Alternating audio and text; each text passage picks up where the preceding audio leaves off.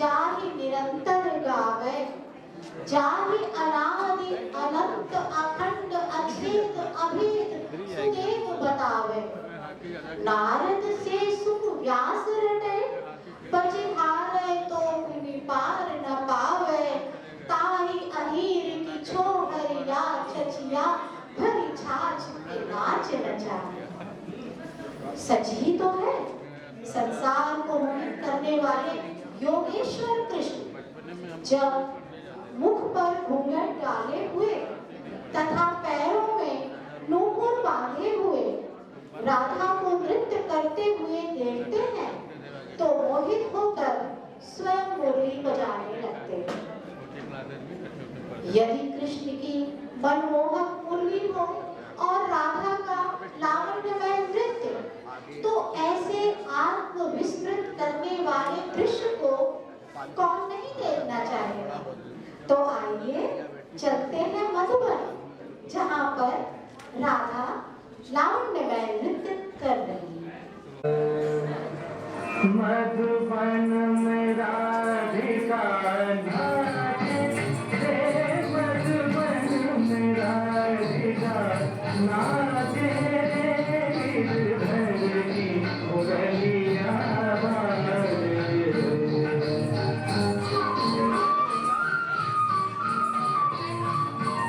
गिरधर की मुरलिया बाजे, मधुबन में राधिका नाचे,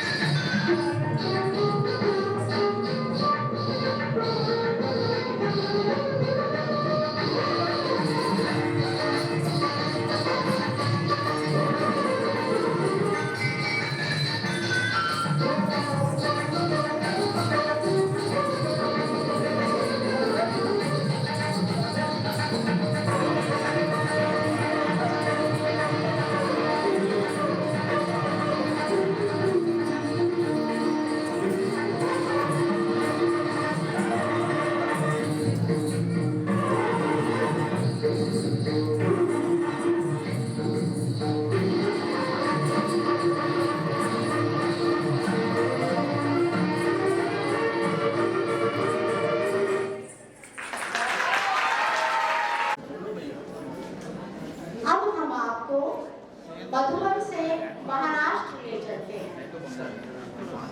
मधुबन हो या महाराष्ट्र, हमारी सांस्कृतिक समरसता का वह लावण्य सर्वत्र बिखरा पड़ा है।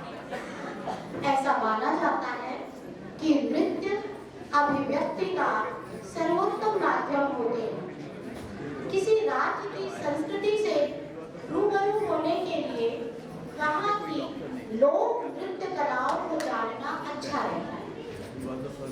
महाराष्ट्र में विभिन्न प्रकार के लोक नृत्य किए जाते हैं, किंतु इन नृत्यों में लावनी सर्वाधिक प्रसिद्ध लोक नृत्य है। लावनी लोक नृत्य का प्रारंभ मंदिरों से हुआ, जहाँ देवताओं को प्रसन्न करने के लिए नृत्य और संगीत का आयोजन किया जाता था। संगीत, कविता, नृत्य व नाट्य ये सभी मिलकर लावनी बनाते हैं। लावनी नृत्य दो प्रकार का होता है, निर्गुणी लावनी और श्रृंगारी लावनी। निर्गुणी लावनी में जहाँ अध्यात्म की ओर झुकाव होता है, वहीं श्रृंगारी लावनी में श्रृंगार रस की प्रधानता होती है। प्रस्तुत है श्रृंगार के लावण्य को प्रतिबिंबित करती महाराष्ट्र की प्रसिद्ध लोक नृत्य शैली लावनी। कोल्हापुर से अप्सरा आर्य।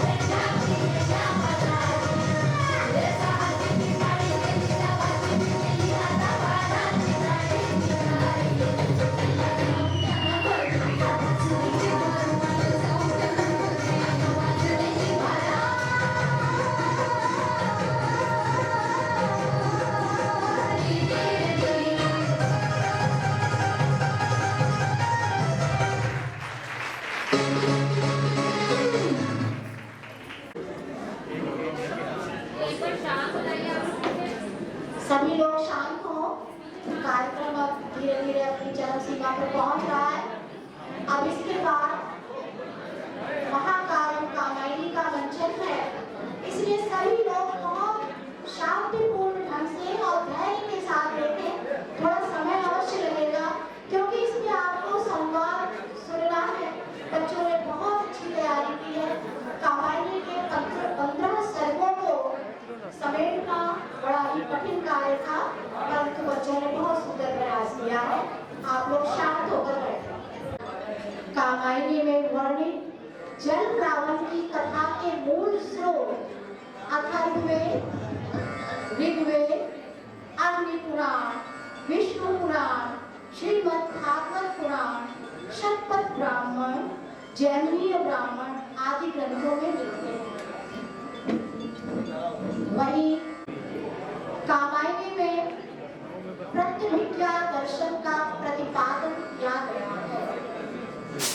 प्रत्यभिज्ञा दर्शन 4 प्रमुख शैव दर्शनों में एक है।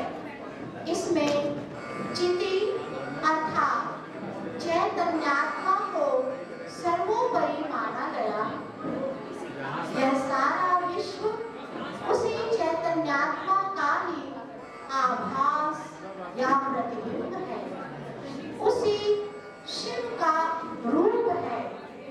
जिस प्रकार शिव सत्य है, शिव चिरंतन है, उसी प्रकार जगत भी सत्य है, शाश्वत है। शिव की इच्छा से ही संसार का उदय या प्रलय, उन्मीलन या निमीलन होता रहता है।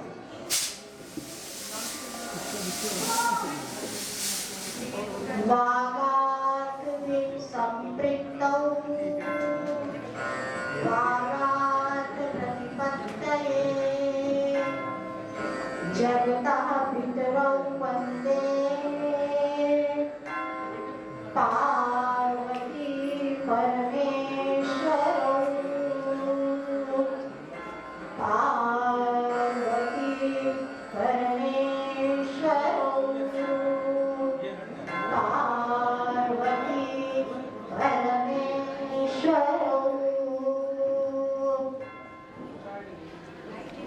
जीवन द्वंद्वात्मक तत्वों का समुच्चय है।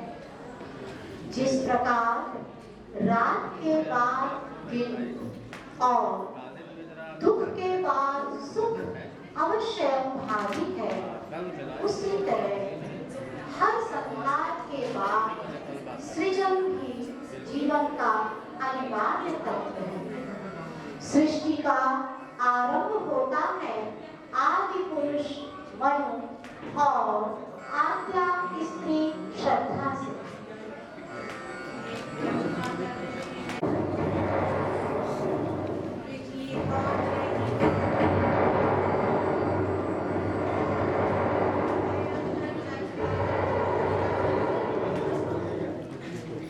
मनु हिमालय पर्वत की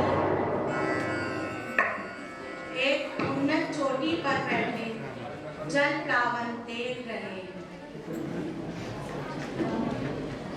एक मत्स्य नौका ने उन्हें खपेड़ों से बचाकर यहाँ तक पहुँचाया है। वो सोच रहे हैं कि देव जाति जो इतनी समृद्ध थी, अपनी अहंकारवादिता तथा अतिभोगवादी प्रवृत्ति के कारण नष्ट हो गई। हिमगिर के उत्तुंग शिखर पर बैठ शिला की शीतल छांव एक पुरुष भीगे नैनों से देख रहा था प्रलय प्रवाह। नीचे जल था, ऊपर हिम था, एक सदन था, एक तरल, एक तत्व की ही प्रधानता, कहो उसे जड़ या चेतन। ओ चिंता की पहली रेखा, अरे विश्व बन की रानी, ज्वालामुखी